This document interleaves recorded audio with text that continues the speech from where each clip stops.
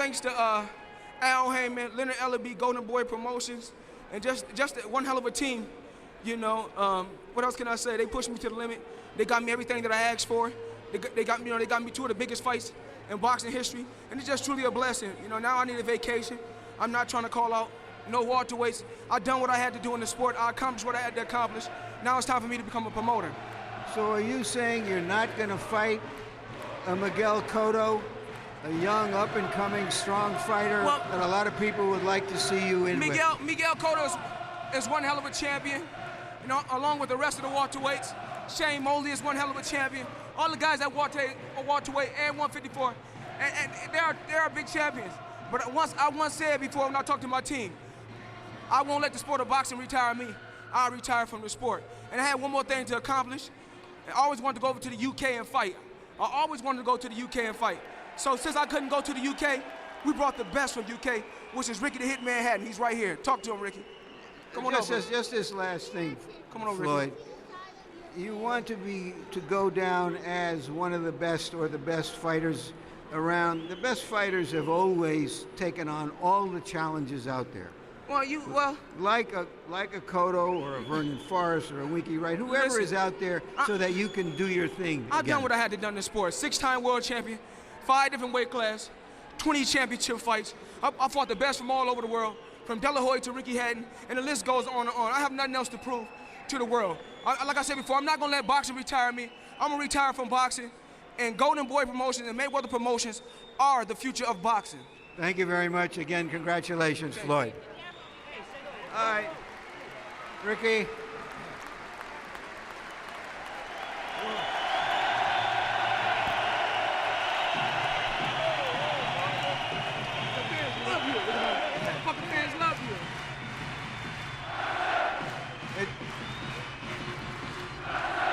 Ricky, it sounds like you haven't lost any of your friends or neighbors or fans tonight. What a fluke that was.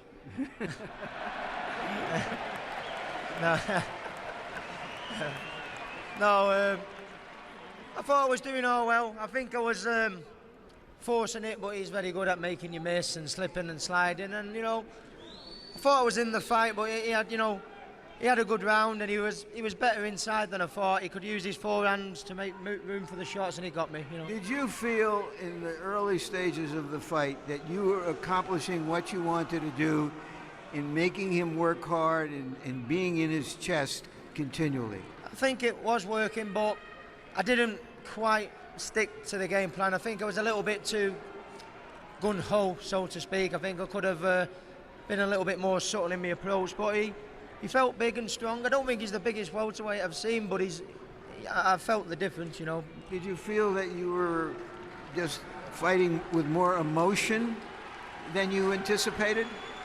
No, it's just, I knew what the tactics were. I knew what the tactics were to do. I think when we spoke this afternoon and all the guys and we were talking, I think what I was doing totally made sense, but I just wasn't quite good enough to apply it tonight. When you almost knocked him down early, although it wasn't a big shot, he nearly went down. Did you feel, okay, this is going to go the way I think it should?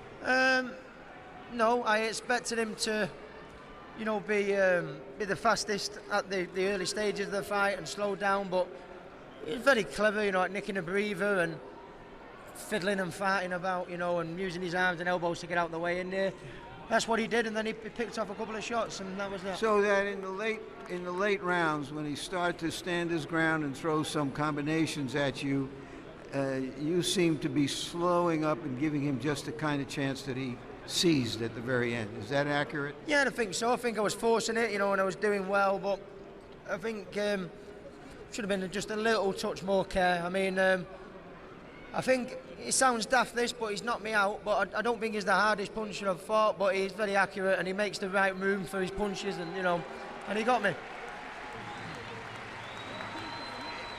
It's not easy from this position, but can you give us just a brief statement about what you think your future still is in boxing? Well, it's a lot easier at this position than on the position I was on my back, but I think I know he's not the biggest welterweight in the world, but I think he's more natural at the weight than me. I think it showed at times, you know. He was cleverer than I expected inside. I think one or two little sneaky fouls with the forearms and the shoulders and able to make the room for himself. But as I keep saying, it's not a tickling contest, is it? It's not, but will you be getting into some of these battles again? Oh, yeah. You know, you knock me down, I keep getting up, I keep coming back. Ricky Hatton's not finished. I think I was in the fight to a degree, you know. Thank you very much, Ricky, for a good fight. Sorry, everybody. Thank you. Jim? All right, and let the record clearly state that the official judges shared none of Harold Letterman's enthusiasm for what Hatton was doing in the early rounds. The official scores at the moment of the knockout were 89-81, 89-81, and 88-82, indicating that Clements and Moretti saw one round that they gave to Hatton, and Paul Smith was able to give Hatton only 2 rounds, far different than the way Harold Letterman had been scoring the fight for a period of time. As we went along there, Emmanuel Stewart, you heard Hatton's comments to the effect that Mayweather seemed bigger than him, an indicator, I guess, that Ricky's planning to go back down to 140 pounds. I think there was probably a lot more to it than that. Yeah, but, you know, considering that Floyd is not even a big welterweight, so you know what it would have been like to be with one of the really true big guys in the division, such as a Margarita Cintron or Paul Williams. So that was one of the smaller guys. But I thought that Ricky fought a good fight. He just got too anxious and too careless. He was just coming in with so much aggression that he just did avoid getting hit, and he was getting hit with pretty much the same punches. But nevertheless, Floyd showed his best tonight. He's always been a good fighter. In fact, we were just talking to him, and he reminded us he was the first American to beat a Cuban in the International Olympic boxing in 20 years when he won his first fight with the Cubans in the 96 Olympics. So he has always been a good fighter, but tonight Ricky brought the best out in him. He couldn't lay back and relax and get away with a little safety move like he'd been doing with Oscar and the other guys. So it was a good performance all the way, and I have to thank Ricky for making him bring his best out also. Mayweather announced a retirement after fighting De La Hoya last May, and virtually nobody paid any attention to that. It quickly went by the boards. What do you make of Floyd's assertion to us yesterday that he isn't going to fight in either 2008 or 2009? He needs a break from the sport. Well, he's been very fortunate. He's been able to have 2 big money fights, made about $50 million in this year by fighting guys who he picked was big money makers, attractions themselves, and he really wasn't that high risk considered. Ricky was a small guy, and Oscar at that time had been inactive and hadn't had too many successful big fights recently. Now, if he goes on, he's going to have to fight the really true big welterweights. And I think that's not attractive because they won't bring him the money that he wants, and it's a much bigger risk. So I think the decision to take off for a while may be realistic in his plans. Paul Williams is 6'1".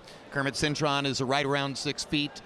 Miguel Cotto is a bulky, hard-hitting welterweight. Those are the kinds of fighters who will remain in the division if Mayweather indeed chooses to go inactive for the next couple of years. Larry, it was the last of a series of huge fights on the boxing calendar this year. Never has it been more clear who's number one pound for pound. What are your other perspectives on what happened here tonight? Well, I think that we've been all calling for Floyd Mayweather, who is usually risk-averse, to close the show. That's what the good ones do. And he closed the show. He hung in there in a kind of a scrimmage. Ricky Hatton looks like it's always 3rd down and 1, and he's trying to dive across the 1st down marker. And he hung in there with him, and at the end of the day, he had more athletic ability, and he's kept his cool. We've seen that before. He did what